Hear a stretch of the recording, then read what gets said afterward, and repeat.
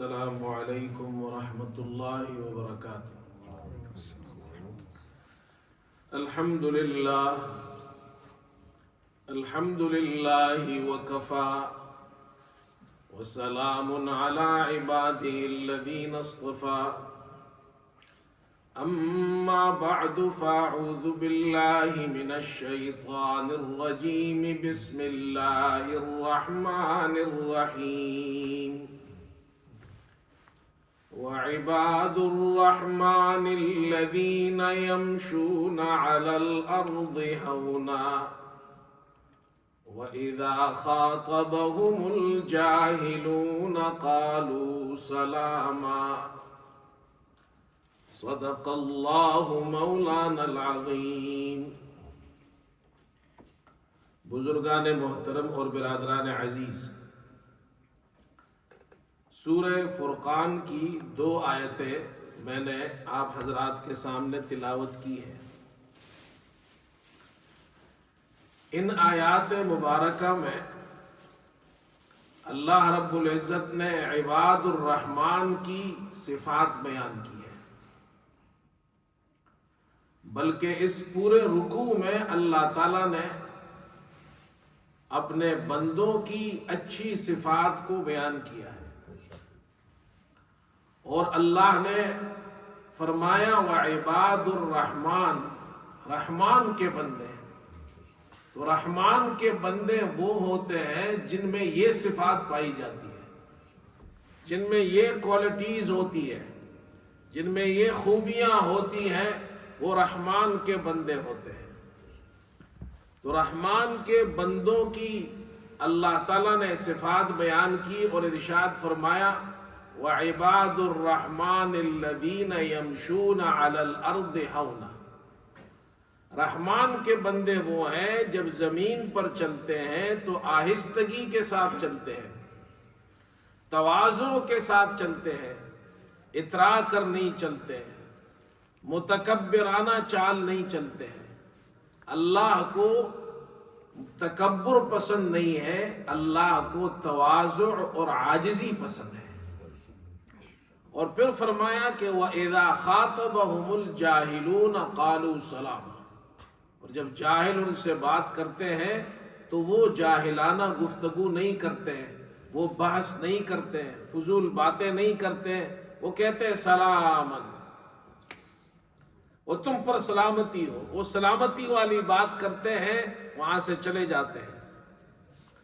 اللہ رب العزت نے ان دونوں آیتوں میں 2 باتوں کا ذکر کیا ہے۔ ایک تو یہ ارشاد فرمایا کہ رحمان کے بندے وہ ہیں جو جب زمین پر چلتے ہیں تو آہستگی کے ساتھ چلتے ہیں، عاجزی کے ساتھ چلتے ہیں، متکبرانہ چال نہیں چلتے ہیں۔ جو تکبر کرنے والے ہیں اللہ کے نزدیک مبغوض ہیں، اور جن کے یہاں تواضع ہے اللہ کو پسند ہے۔ ہمارے ایک استاد وہ ہمیں ایک نصیحت کرتے تھے، اور مجھے وہ نصیحت آج تک یاد ہے۔ جب ہم ابتدائی درجات میں پڑھتے تھے تو ایک مرتبہ انہوں نے نصیحت کی اور فرمایا، اور مثال دیتے ہوئے فرمایا، درخت کی جس شاخ پر پھل لگا ہوتا ہے وہ شاخ جھکی ہوئی ہوتی ہے، اور جس شاخ میں پھل نہیں ہوتا ہے وہ شاخ سیدھی کھڑی ہوتی ہے۔ پھلدار شاخ وہ ہوتی ہے جو جھکی ہوتی ہے، اور جس میں پھل نہ ہو وہ سیدھی کھڑی ہوتی ہے۔ تو ہم سے فرمایا تم پھلدار شاخ بنو، تمہارے اندر جب پھل ہوگا، تمہارے اندر جب کوالٹیز ہوں گی، تمہارے اندر اچھی صفات ہوں گی، خوبیاں ہوں گی، تم پھلدار شاخ کی طرح ہوگے، اور تم جھکے ہوئے ہوں گے، تمہارے اندر عاجزی ہوگی۔ اور اگر تمہارے اندر کچھ نہیں ہوگا تو تم اس درخت کی شاخ کی طرح ہوگے جو سیدھی کھڑی ہے لیکن بے فائدہ ہے، کوئی فائدے کی چیز اس میں نہیں ہے۔ ہمارے والد صاحب رحمت اللہ علیہ وہ ہمیں ایک نصیحت فرماتے تھے، اور ہمیشہ اکثر و بیشتر ایک ہی نصیحت فرماتے تھے۔ جب بھی نصیحت فرماتے وہ فرماتے بیٹا عاجزی اختیار کرو، بیٹا عاجزی اختیار کرو. اس وقت تو ہم چھوٹے تھے، ہم نے اس پر غور و فکر نہیں کیا، بس سنتے تھے. والد صاحب فرماتے تھے عاجزی کرو. ہمارے والد صاحب بہت بڑے عالم دین تھے، شیخ الحدیث تھے. ہزاروں، بلکہ ہزاروں کے اندر ہو سکتا ہے لاکھوں تک ان کے شاگرد ہوں گے علماء. یہاں انگلینڈ میں بڑے بڑے علماء ان کے شاگرد ہیں، اور ہمیں نصیحت فرماتے تھے عاجزی اختیار کرو. اس وقت ہم نے غور و فکر نہیں کیا، ہم بچے تھے، چھوٹے تھے. پھر بڑے ہو گئے، جب بڑے ہوئے تو پھر ہم نے اس پر غور کیا، اور غور کرنے کے بعد معلوم ہوا ہمارے والد صاحب یہ چاہتے تھے کہ ہمارے بچوں کو عزت ملے، اس لیے کہ اللہ نے عاجزی میں عزت رکھی ہے. وہ حدیث پڑھاتے تھے تو نصیحت بھی انہوں نے وہ کی جو حدیث میں مذکور ہے.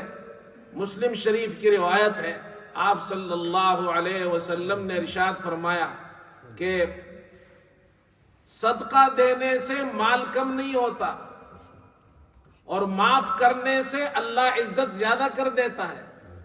اور تیسری بات ارشاد فرمائی کہ جو اللہ کے لیے عاجزی اختیار کرتا ہے، ما تواضع احد للہ الا رفعہ، جو اللہ کے لیے تواضع اختیار کرتا ہے اللہ اسے عزتیں عطا کرتا ہے. تو ہمارے والد صاحب تو حدیث پڑھاتے تھے، تو نصیحت بھی انہوں نے ہمیں یہ کی عاجزی اختیار کرو تمہیں عزت ملے گی، اور اگر تکبر اختیار کرو گے کچھ بھی نہیں ملے گا. اللہ کے یہاں عاجزی کرنے والوں کی کے لیے بلند مرتبہ ہے. اردو کا شاعر کہتا ہے پستی سے ہو سر بلند اور سرکشی سے پست. پستی سے ہو سر بلند اور سرکشی سے پست. اپنے آپ کو پست کرو، نیچے کرو، عاجزی اختیار کرو، اللہ تمہیں سر بلند کر دے گا. پستی سے ہو سر بلند، سرکشی سے پست. لیکن اگر تم سرکشی کرو گے، تکبر کرو گے تو اللہ تمہیں پست کر دے گا. پستی سے ہو سر بلند اور سرکشی سے پست، اس راہ کے عجیب نشیب و فراز ہے. یہ ایسا راستہ ہے کہ نشیب و فراز عجیب ہے. لوگ یہ سمجھتے ہیں اپنے آپ کو بڑا کرنے سے میں بڑا بنوں گا، تکبر کرنے سے میں بڑا بن جاؤں گا، لیکن اللہ کی یہاں جو عاجزی اختیار کرتا ہے اللہ اس کو بڑا بنا دیتا ہے. اللہ اکبر. اس لیے تواضع اللہ کو پسند ہے، تکبر اللہ کو پسند نہیں ہے. ایک حدیث میں رسول کریم صلی اللہ علیہ وسلم نے ارشاد فرمایا لا يدخل الجنت من کان فی قلبہ مثقال ذرۃ من کبر. جس کے دل میں ایک ذرے کے برابر بھی تکبر ہوگا جنت میں داخل نہیں ہوگا.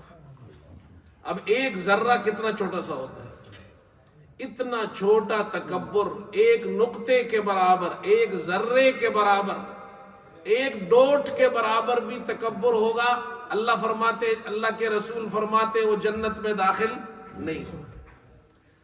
اب حدیث میں بھی سنتا ہوں، آپ بھی سنتے ہیں، ہم سب سنتے ہیں، لیکن ایک تھے صحابہ جو رسول کریم صلی اللہ علیہ وسلم کے پیارے شاگرد تھے، حدیث وہ بھی سنتے تھے. ان کے سننے میں میرے آپ کے سننے میں بڑا فرق ہے.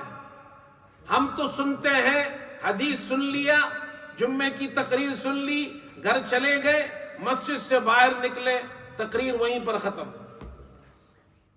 ہم تو تقریر مسجد کے دروازے پر چھوڑ دیتے. میں جرنلی ایک بات کر رہا ہوں، اس میں میں بھی شامل ہوں، ہم سب شامل ہیں اس میں. آج جمعے کی تقریر سنی، خطیب صاحب نے تقریر کی جی، بڑی اچھی تقریر ہوئی جی، اور جمعے کے بعد مسجد سے باہر نکلے، تقریر ادھر ہی چھوڑ دی.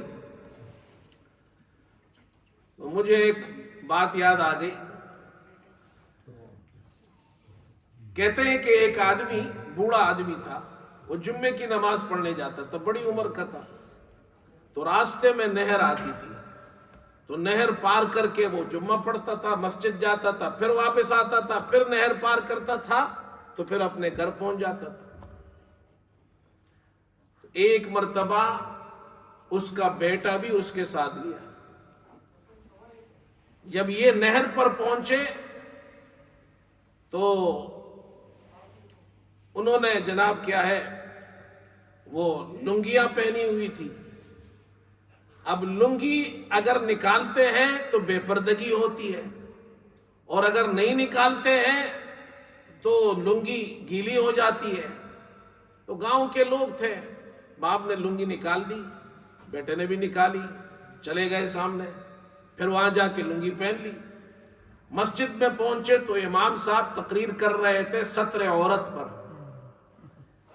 کہ مرد کا ستر اس میں گھٹنے بھی شامل ہے، ناف سے لے کر گھٹنے تک، ناف اور گھٹنا یہ بھی ستر میں شامل ہے، اس کو نہیں کھولنا چاہیے،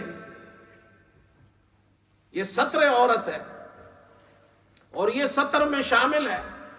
باپ نے بھی تقریر سنی، بیٹے نے بھی سنی، واپس آئے، نہر پر پہنچے، ابا جان نے لنگی کھول دی، سامنے چلے گئے، بیٹے نے نہیں کھولی، ویسے ہی چلا گیا، اس لیے کہ تقریر سن کر آیا تھا۔ وہاں پہنچا تو بیٹے کی لنگی گیلی ہو گئی، تو باپ نے کہا کہ بیٹا تم نے لنگی کیوں کھولی؟ یہ تم نے لنگی جناب کیا ہے گیلی کر دی، کیوں نہیں کھولی؟ اس نے کہا مولوی صاحب نے تقریر کی تھی کہ یہ ستر عورت ہے، یہاں تک ستر ہے۔ اس نے کہا اوہو، میں تو 40 سال سے تقریر سننے آ رہا ہوں، اور جب بھی مسجد سے نکلتا ہوں مولوی صاحب کی تقریر وہیں پر چھوڑ دیتا ہوں، آپ پہلی مرتبہ تقریر سننے آئے ہیں اور پوری تقریر نہر سے دوسری پار لے آئے۔ تو ہمارا بھی یہی حال ہے بھائی، ہم اتنے کمزور ہیں، ہم حدیث سنتے ہیں، ہمیں کیا ہوتا ہے؟ اور ایک صحابہ تھے، صحابہ نے حدیث سنی، رسول کریم صلی اللہ علیہ وسلم نے فرمایا جس کے دل میں ذرہ برابر بھی تکبر ہوگا جنت میں داخل نہیں ہوگا۔ صحابہ پریشان ہو گئے۔ تو ایک صحابی نے سوال کیا، اے اللہ کے رسول، ہر شخص یہ چاہتا ہے اس کے کپڑے اچھے ہو، اس کے جوتے اچھے ہو، کیا یہ بھی تکبر ہے؟ ہر شخص چاہتا ہے میرے کپڑے اچھے ہو، میں خوبصورت کپڑے پہنوں، خوبصورت نظر آؤں، میرے جوتے خوبصورت ہو، کیا یہ چیزیں، اچھے کپڑے، اچھے جوتے، اچھی سواری، کیا یہ بھی تکبر ہے؟ صحابہ پریشان ہو گئے، کہیں ایسا نہ ہو کہ ہم جنت میں داخل نہ ہو۔ حالانکہ وہ پاکیزہ جماعت ہے، اللہ نے دنیا میں ان سے وعدہ فرمایا رضی اللہ عنہم ورضوا عنہ، وہ اللہ ان سے راضی، وہ اللہ سے راضی ہے۔ ایسی پاکیزہ جماعت، اللہ کے رسول کے شاگرد پریشان ہو گئے۔ رسول کریم صلی اللہ علیہ وسلم نے صحابہ کو جواب دیا اور ارشاد فرمایا ان اللہ جمیل یحب الجمال، اللہ خود جمیل ہے، جمال کو پسند کرتا ہے۔ تمہارے کپڑے اچھے ہو یہ جائز ہے، جوتے اچھے ہو، سواری اچھی ہو، ہاں اچھی ٹوپی پہنی ہے، اچھی واسکٹ پہنی ہے، گھڑی لگائی ہے، جناب کیا ہے سواری اچھی ہے، اس میں کوئی تکبر نہیں، بشرطے کہ اس میں اسراف نہ ہو، فضول خرچی نہ ہو۔ ضرورت کے مطابق اللہ نے آپ کو جتنا مال دیا ہے، آپ اپنی ضرورت کے مطابق اچھے کپڑے پہنتے ہیں، اچھے جوتے پہنتے ہیں، اچھی گھڑی لیتے ہیں، اسراف اس میں نہیں ہے، فضول خرچی اس میں نہیں ہے۔ اللہ خود جمیل ہے، جمال کو پسند کرتا ہے، یہ تکبر نہیں ہے۔ تکبر کیا ہے؟ فرمایا تکبر یہ ہے بطر الحق وغمط الناس، حق بات سامنے آ جائے اس حق کا انکار کرنا، حق کو نہیں ماننا، یہ اللہ کو پسند نہیں ہے۔ ایک آدمی اپنے آپ کو بڑا سمجھتا ہے، میں چودھری صاحب، خان صاحب، ملک صاحب، میں یہاں کا چودھری، میں یہاں کا ملک، میں یہاں کا خان، میں یہاں کا وڈیرا، میں یہاں کا بڑا آدمی۔ مولوی صاحب نے مسئلہ بیان کیا، میں اس پہ عمل کروں؟ مولوی صاحب کا مسئلہ تو نہیں ہے، مسئلہ تو مولوی صاحب کی زبان سے نکلا ہے تو اللہ کا دین، اللہ کے رسول نے فرمایا، میں کیوں اس پہ عمل کروں؟ یہ تکبر پسند نہیں ہے۔ بطر الحق، حق کا انکار کر دینا، حق کو نہیں ماننا، یہ تکبر ہے۔ اور دوسری چیز وغمط الناس، لوگوں کو حقیر سمجھنا، یہ تکبر ہے۔ یہ آدمی، اس کی کیا ویلیو ہے جی؟ ہاں، ہمارے یہاں معاف کیجئے گا، ہمارے یہاں یہ چیزیں بہت ہیں، ہم لوگوں کو تولتے ہیں، یہ فلاں خاندان کا ہے، فلاں قبیلے کا ہے، ہاں یہ میرے گاؤں کا نہیں ہے، میری قوم کا نہیں ہے، اور یہ فلاں ذات کا ہے، اس لیے اس کی کوئی ویلیو نہیں ہے، یہ تو چھوٹی ذات کا ہے، ہماری تو بڑی ذات ہے، اس کے پاس تو پیسہ نہیں ہے، میرے پاس تو پیسہ ہے، یہ چھوٹے لوگ ہیں، ہم بڑے لوگ ہیں۔ اللہ کے یہاں یہ چیزیں نہیں ہیں۔ قیامت کے دن یہ سوال نہیں ہوگا تم کون سی ذات کے تھے، اللہ نہیں پوچھے گا قیامت کے دن۔ اللہ یہ نہیں پوچھے گا تمہارے پاس کتنا مال تھا، کتنی دولت تھی، کتنی جاگیر تھی، امیر تھے یا غریب تھے۔ وہاں تو سوال ہوگا ایمان کا، سوال ہوگا اعمال کا۔ جس کے پاس ایمان کی دولت ہوگی، جس کے پاس اعمال ہوں گے، چاہے دنیا کے اندر وہ سب سے زیادہ غریب ہو، لوگ اسے سب سے چھوٹا سمجھتے ہو، اللہ کے یہاں سب سے بڑی عزت والا ہوگا۔ تو میرے دوستو، اللہ کو یہ پسند نہیں ہے، اللہ کو یہ پسند نہیں ہے کہ لوگوں کو حقیر سمجھے۔ یہ تکبر ہے۔ تو تکبر گاڑی میں نہیں ہے، تکبر کپڑوں میں نہیں ہے، تکبر جوتوں میں نہیں ہے، ہاں لیکن اپنی گاڑی میں، بڑی گاڑی میں بیٹھ کر لوگوں کو حقیر سمجھتا ہے، یہ متکبر ہے۔ لوگوں کو چھوٹا سمجھتا ہے، یہ متکبر ہے۔ اللہ ہمیں اس سے بچائے، اللہ کو پسند نہیں ہے۔ ایک حدیث میں آتا ہے، حضرت صلی اللہ علیہ وسلم کے ساتھ ایک آدمی بیٹھا ہوا تھا اور وہ کھانا کھا رہا تھا، اور وہ کھا رہا تھا الٹے ہاتھ سے۔ آپ صلی اللہ علیہ وسلم نے ارشاد فرمایا کہ کل بیمینک، اپنے دائیں ہاتھ سے کھاؤ۔ تو اس نے کہا لا استطیع، میں نہیں کھا سکتا۔ اب اس کو، اور آگے راوی اس کو ذکر کرتا ہے، اس نے یہ منع اس تکبر کی وجہ سے کیا۔ راوی کہتا ہے حدیث کا کہ اس نے حضور صلی اللہ علیہ وسلم کی بات نہیں مانی تکبر کی وجہ سے۔ اس لیے علماء فرماتے ہیں یہ آدمی، اس کے بارے میں جو حدیث میں آتا ہے کہ اس نے بائیں ہاتھ سے کھا رہا تھا، منافق تھا۔ آپ صلی اللہ علیہ وسلم فرما رہے ہیں دائیں ہاتھ سے کھاؤ، کل بھی یمینک، اور وہ کیا کہہ رہا ہے؟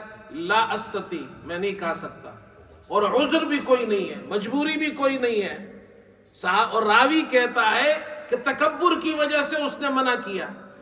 آپ صلی اللہ علیہ وسلم نے جب اس کی بات سنی، آپ نے فرمایا تو آئندہ بھی دائیں ہاتھ سے کبھی نہ کھائے۔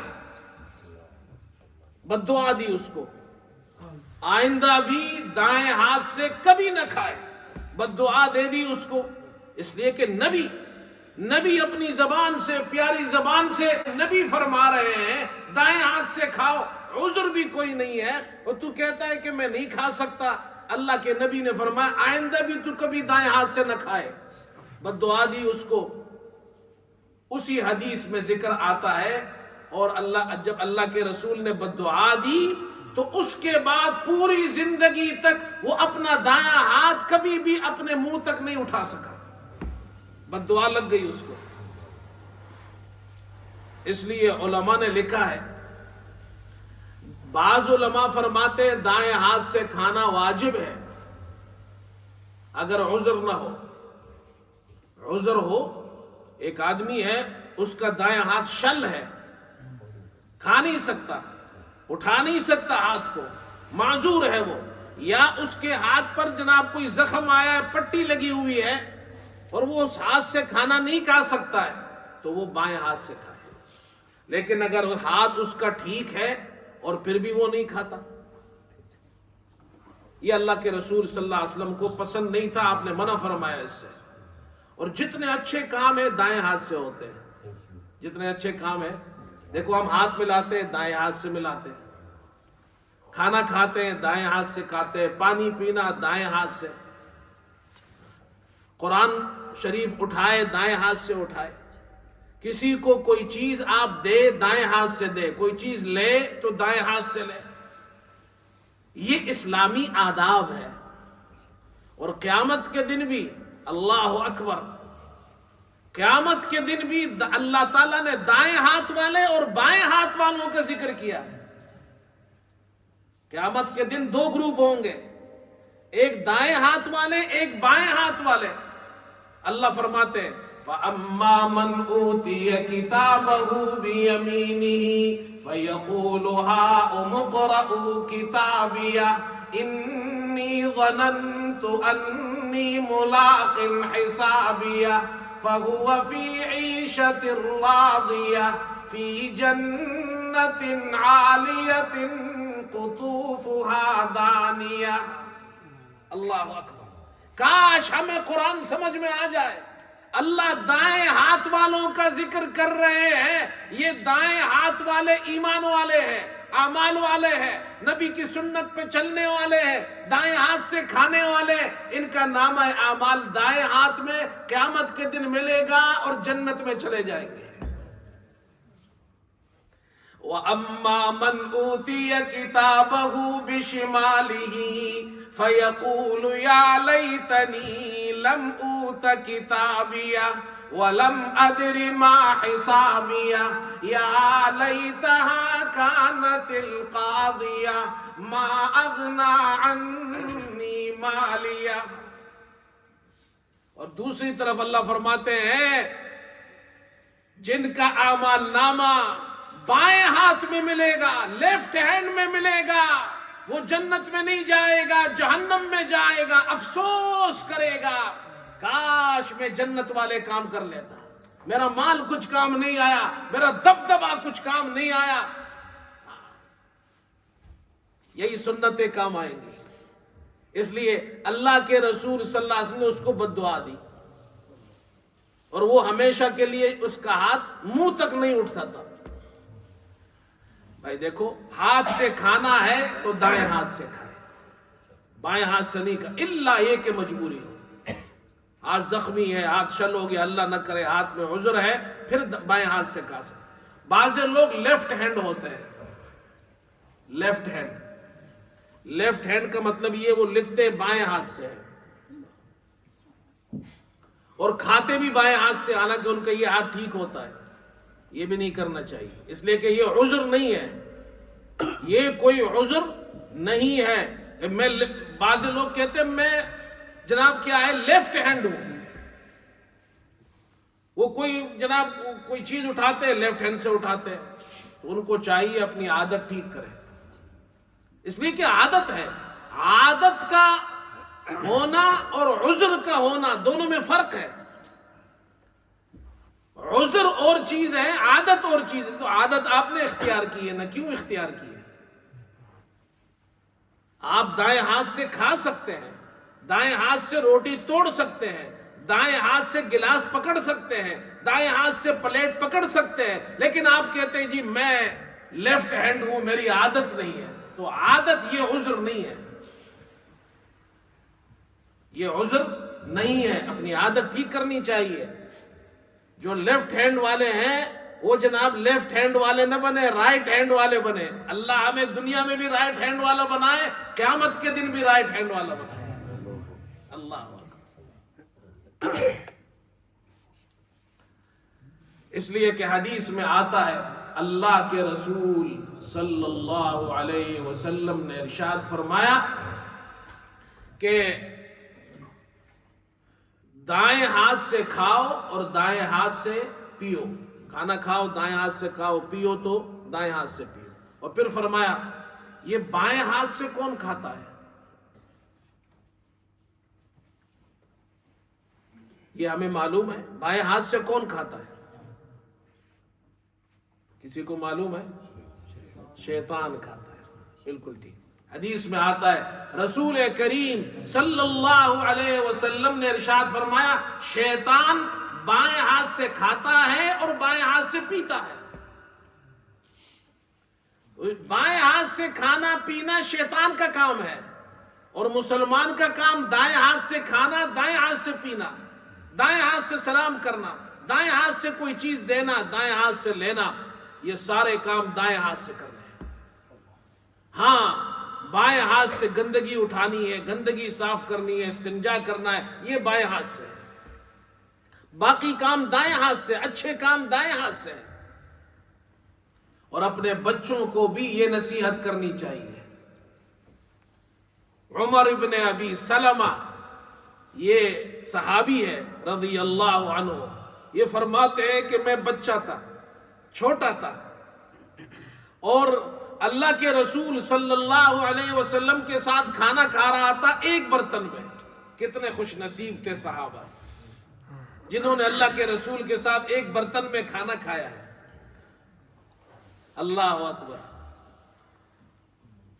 اللہ کے رسول کے ساتھ ایک برتن میں کھانا کھایا ہے. اللہ کے رسول کے ساتھ ایک مسجد میں نماز پڑھی ہے. اللہ کے رسول نماز پڑھاتے تھے، صحابہ پیچھے نماز پڑھتے تھے. اللہ کے رسول کی صبح بھی دیکھی ہے، شام بھی دیکھی ہے، سفر بھی دیکھا ہے، حضر بھی دیکھا ہے، مدینے میں بھی دیکھا ہے، مکے میں بھی دیکھا ہے، نماز میں بھی دیکھا ہے، حج میں بھی دیکھا ہے. کتنے خوش نصیب تھے صحابہ جن کو یہ مجلس نصیب ہوئی. عبداللہ ابن مبارک رحمت اللہ علیہ سے کسی نے پوچھا، سوال کیا کیا یہ بتائیے حضرت معاویہ رضی اللہ تعالی عنہ افضل ہے یا عمر ابن عبدالعزیز افضل ہے؟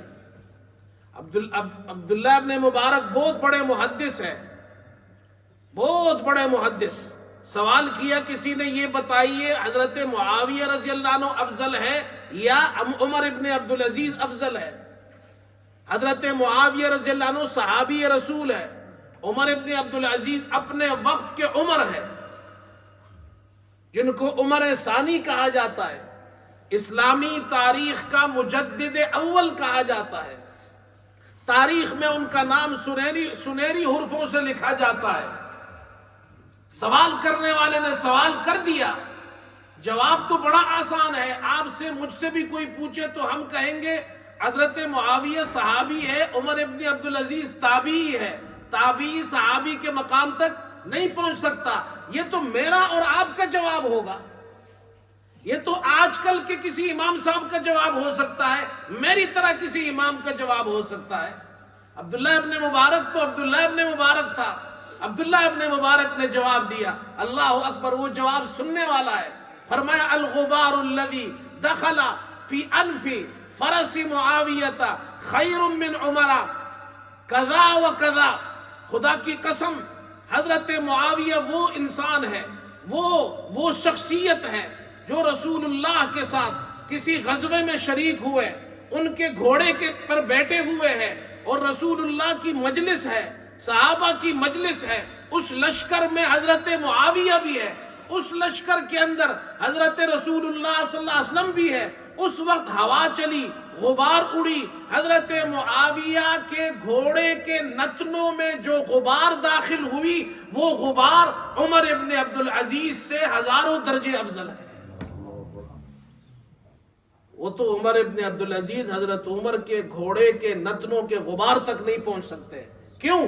صلی خلف النبی صلی اللہ علیہ وسلم. حضرت معاویہ صحابی ہے اور ان کا مقام یہ ہے کہ اللہ کے رسول امام ہے مسجد میں، معاویہ مقتدی ہے، اور اللہ کے رسول فرماتے سمع اللہ لمن حمدہ، تو معاویہ کہتے ربنا لک الحمد. یہ مقام عمر ابن عبدالعزیز کو نہیں ملا. جواب دینے کا بھی تو انداز ہوتا ہے بھائی. وہ جانتے تھے صحابہ کیا ہے. اللہ اکبر. میں کیا سناؤں آپ کو، ادھر وقت میری ایک آنکھ ادھر ہوتی ہے گھڑی پر، وقت ختم ہو گیا ہے. عمر ابن ابی سلمہ رضی اللہ تعالی، سب کہہ دو رضی اللہ تعالی عنہ. اللہ ان سے راضی ہو گیا اور وہ اللہ سے راضی ہو گئے. یہ بڑے پاکیزہ لوگ تھے صحابہ. عمر ابن ابی سلمہ کہتے میں چھوٹا بچہ تھا